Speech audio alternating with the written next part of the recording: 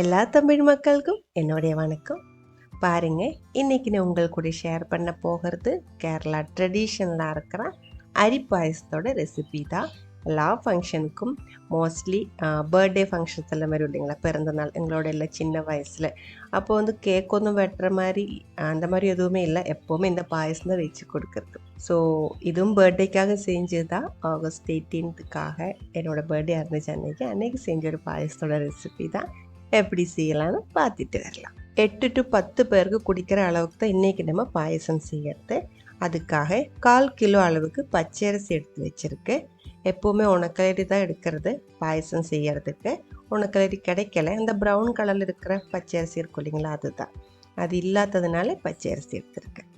1/4 kilo அளவுக்கு பச்சரிசிக்கு 1/2 kilo அளவுக்கு வெல்லம் கரெக்டாக தேவைப்படுது நல்ல இனிப்பு கிடைக்கிறதுக்கு. நான் இப்போ 350 கிராம் அளவுக்கு வெல்லம் தான் எடுத்திருக்கு. இங்கே எல்லாருக்கும் கொஞ்சம் இனிப்பு கம்மியாக போதும், அதனால நீங்கள் நல்ல இனிப்பு வேணும் அப்படின்னா 1/4 கிலோ பச்சை அரிசிக்கு 1/2 கிலோ அளவுக்கு வெல்லமே எடுத்துக்கோங்க. இதில் காலில் 1/2 கப் அளவுக்கு தண்ணி ஊற்றி கரைய வச்சு எடுத்துக்கலாம். 1/2 கிலோ வெல்லத்தில் 1/4 கப் அளவுக்கு தண்ணி ஊற்றி கரைய வச்சா கொஞ்சம் கட்டியாக போகும். நமக்கு இது வந்து சிறப்பு போதும், ரொம்ப கட்டியாக ஒன்றும் வேண்டியதில்லை. அதனால 1/2 கப் அளவுக்கு தண்ணி ஊற்றி இதே மாதிரி ஃபுல்லாக கரைய வச்சதுக்கப்புறம் தீ ஆஃப் பண்ணி மாற்றி வச்சுக்கோங்க. கூடவே ஜவ்வ அரிசி 2 டேபிள் ஸ்பூன் அளவுக்கு முக்கால்வாசி வேக வச்சு எடுத்து வச்சுருக்கு. ஃபுல்லாக வேக வேண்டியதில்லை, இது பாயசத்துக்குள்ளே போட்டதுக்கப்புறம் மிச்சம் வெந்துடும். அடிகட்டியாக இருக்கிற ஒரு பாத்திரத்தில் இப்போ நம்ம பாயசம் செய்ய ஆரம்பிச்சுக்கலாம். உருளி தான் நான் எடுத்திருக்கு. இதில் தேங்காய் பால் வந்துட்டு ஒரு தேங்காய் ஃபுல்லாக எடுத்துருக்கு, பெரிய ஒரு சைஸ் தேங்காய். அதிலிருந்து 3/4 கப் அளவுக்கு கட்டியாக இருக்கிற தேங்காய் பால் முதல்ல நான் எடுத்து மாற்றி வச்சேன். அதுக்கப்புறம் 2.5 கப் அளவுக்கு 2ஆம் பால் மாற்றி வச்சுருக்கு. மிச்சம் வந்த தேங்காயில் 8 கப் அளவுக்கு தண்ணி ஊற்றி மிக்சியில் நல்லா அரைச்சி எடுத்த பால் தான். இதுக்கு ஒன்றும் கட்டி அதிகமாக இல்லை, கம்மியாக தான் இருக்குது. இது நல்லா கொதிக்க விட்டதுக்கப்புறம் நம்ம எடுத்து வச்சிருக்கிற 1/4 கிலோ அளவுக்கு 250 கிராம் அளவுக்கு அரிசி கழுகி இதுக்குள்ளே போட்டு இந்த 3ஆம் பாலில் தான் நம்ம அரிசி வேக வைக்கணும்.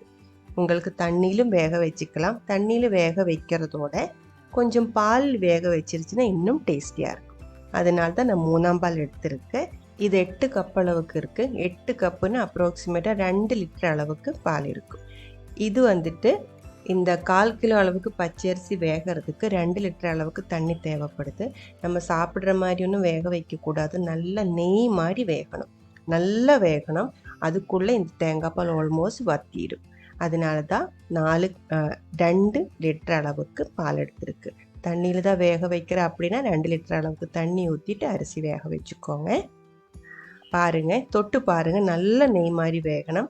இது நல்லா வெந்து இதே மாதிரி கட்டி ஆனதுக்கு அப்புறம் நம்ம இதில் வெல்லத்தோட சிரப் ஊற்ற போகிறேன். வெல்லத்தோட சிரப் ஊற்றினதுக்கு அப்புறம் இந்த அரிசி வந்து வேகாது, கொஞ்சம் கட்டியாக போயிடும், இன்னும் கொஞ்சம் கட்டி ஆகிடும் நம்ம வெந்ததுலேருந்து. அதனால மேக்சிமம் வேக வச்சுக்கோங்க. அரிசி ரொம்ப அதிகமாக வெந்து கட்டியாக போனாலும் ஒன்றும் பிரச்சனை இல்லை. லாஸ்ட்டு எல்லா அரிசியுமே ஒன்றுக்கு ஒன்று ஒட்டாமல் நமக்கு கிடைச்சிடும். தேங்காய் பால் அரிசி நல்லா வெந்து வந்ததுக்கு அப்புறம் நான் வந்துட்டு நம்ம கரையை வச்சு எடுத்து வச்சிருக்கிற வெல்லம் இதுக்குள்ளே ஊற்றி இருக்கு. அதுக்கப்புறம் நம்ம முக்கால்வாசி வேக வச்சிருக்கிற ஜவ்வ அரிசியும் இதுக்குள்ளே சேர்த்துருக்கு. மீடியம் ஃப்ளேமில் கைவிடாமல் மிக்ஸ் பண்ணுங்க. இப்போ இதில் அரிசி வெள்ளை கலரில், அந்த வெள்ளத்தோட சிறப்பு வந்து தனி கலரில் தான் தெரியுது. இந்த மாதிரி இருக்கக்கூடாது. கைவிடாமல் மிக்ஸ் பண்ணிகிட்டே இருக்கும்போது எல்லாமே ஒரே மாதிரி டார்க் கலரில் மாறிடும். அந்த அரிசிக்குள்ளே எல்லாம் வெள்ளத்தோட இனிப்பு நல்லா இறங்கிடும். அது வரைக்கும் இது வந்து கைவிடாமல் இதே மாதிரி பண்ணிகிட்டே இருக்கணும். கொஞ்சம் நேரத்துக்குள்ளே இது வந்து நல்லா கொதித்து கட்டியாக ஆரம்பிச்சிடும். கட்டி ஆனதுக்கப்புறம் கொதிக்கும்போது கொஞ்சம் பத்திரமா இருங்க. இது கொதித்து வெடிக்கிற மாதிரி இருக்கும், கையிலெல்லாம் கொதித்து வந்து ஒட்டிடுச்சு அப்படின்னா நல்லா சுட்டுடும் கை, பார்த்துக்கோங்க. கொஞ்சம் நீளமாக இருக்கிற ஒரு கரண்டியிலே கலக்கி விட்டுட்டே இருங்க. இதே மாதிரி இந்த மாதிரி கட்டி ஆகும்போது வேணா ஒரு ஸ்பூன் அளவுக்கு நெய் இந்த டைமில் இதில் சேர்த்துடலாம். நான் இப்போ இடையில எங்கேயுமே நெய் சேர்க்கலை, கடைசியில் மட்டும்தான் கேஷ்யூ நட் கூட நெய் சேர்க்கிறது. இப்போ பாருங்கள், நல்லா கொதிச்சிட்டு இருக்குது, நல்லா கட்டி ஆகிட்டு இருக்குது. பாயசத்தில் நல்லா அந்த இனிப்பு நல்லா இறங்கினதுக்கப்புறம் இதே மாதிரி கட்டியாக வந்ததுக்கப்புறம் 2ஆம் பால் ஊற்றிடலாம். 2ஆம் பால் 2.5 கப் அளவுக்கு எடுத்து வச்சுருக்கு. தீ கொஞ்சம் கம்மி பண்ணி வச்சுட்டு பால் ஊற்றிக்கோங்க. ஒரு பெரிய தேங்காய் தான் நான் எடுத்துருக்கு. இந்த பாயசம் செய்யறதுக்கு ரொம்ப அதிகமாக ஒன்றும் தேங்காய் எடுக்கலை. முதல்ல நான் சொல்லியிருந்தேன், புரிஞ்சிருச்சுன்னு நினைக்கிறேன். அந்த ஒரு தேங்காயிலிருந்து தான் இந்த பாயசத்துக்கான 3 பால் நான் எடுத்திருக்கேன். கெட்டியாக இருக்கிற பால் வந்து கொஞ்சம் தண்ணி ஊற்றி தான் மிக்சியில் ஒரு டைம் அடித்து எடுத்து வச்சுருக்கு. 2ஆம் பால் ஊற்றி நல்லா கலக்கி விட்டுக்கோங்க. முதல்ல சொன்ன மாதிரி அந்த பால் வந்துட்டு இந்த பாயசத்தில் நல்லா இறங்கணும். கொஞ்சம் நேரம் ஆகும். நல்லா கலக்கி விட்டதுக்கப்புறம் நீளமாக இருக்கிற ஒரு கரண்டி வச்சுட்டு இதே மாதிரி கலக்கி விட்டுட்டே இருங்க. இதுவும் நல்லா கட்டி ஆனதுக்கப்புறம் நம்ம இதில் வந்துட்டு ஏலக்காய் சேர்த்துடலாம். 10 ஏலக்காய் இடித்து சேர்த்துருக்கு. இதுக்கு முன்னாடி நம்ம செஞ்ச பாயசத்தோட ஆல்மோஸ்ட் எல்லா ரெசிபியிலும் வந்துட்டு ஏலக்காய் பவுடர் தான் நம்ம சேர்த்துருக்கு. இதில் நான் ஏலக்காய் இடித்து தான் சேர்த்துருக்கு. ட்ரெடிஷ்னலாக வந்து பழைய காலத்தில் இந்த மாதிரி தான் செஞ்சுட்டு இருந்தேன். வீட்டில் அம்மாவும் இப்படி தான் செய்கிறது. ஏலக்காயெல்லாம் நல்லா கழுகி இடித்து தான் சேர்க்கிறது. ஏலக்காயும் நல்லா கலந்ததுக்கப்புறம் லாஸ்ட்டாக இதில் வந்துட்டு நம்ம கட்டியாக இருக்கிற தேங்காய் பால் ஊற்றணும். 1ஆம் பால், தனிப்பால்னு சொல்லுவேன். அதுவும் நம்ம இப்போ ஊற்றிடலாம்.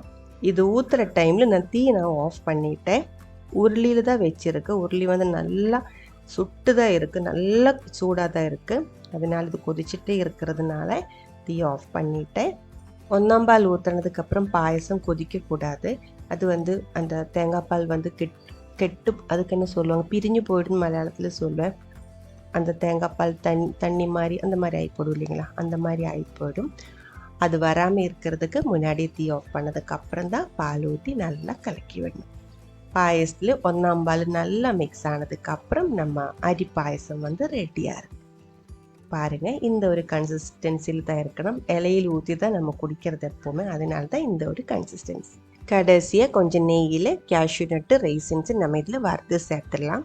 1/4 கப் அளவுக்கு நெய் நான் எடுத்துருக்கு. நல்லா சூடானதுக்கப்புறம் 1/4 கப் அளவுக்கு கேஷ்யூ நட்டு கொஞ்சம் ரைசின்ஸ் இதுக்குள்ளே போட்டு வறுத்து அதுவும் பாயசத்துக்குள்ளே போட்டு நல்லா மிக்ஸ் பண்ணிக்கோங்க. இந்த பாயசம் நம்ம வேக வைக்கும்போது இடையில எங்கேயுமே நெய் ஊற்றலை. அதனால இந்த நெய் வந்துட்டு இந்த பாயசத்தில் நல்லா கலர்ற வரைக்கும் மிக்ஸ் பண்ணி எடுத்துக்கோங்க. இன்னொரு விஷயம், பாயசம் வேக வைக்கும்போது அரிசி நல்லா வேகணும். நல்லா வேகலை அப்படின்னா பாயசம் ஆறினதுக்கப்புறம் ரொம்ப கட்டியாக போயிடும். பிடிச்சிருந்தா ட்ரை பண்ணி பாருங்கள். அதுக்கப்புறம் உங்களோட கமெண்ட்ஸ் எல்லாம் சொல்லிடுங்க. இது சமையல் பிடிக்கிற ஃப்ரெண்ட்ஸுக்கு மறக்காமல் ஷேர் பண்ணி விட்டுக்கோங்க. நீங்கள் இது வரைக்கும் நம்ம சேனலுக்கு கொடுத்துட்ருக்கிற சப்போர்ட்டுக்கு ரொம்ப ரொம்ப நன்றி. உடனே பார்க்கலாம் இன்னொரு ரெசிபியோட. அது வரைக்கும் வணக்கம்.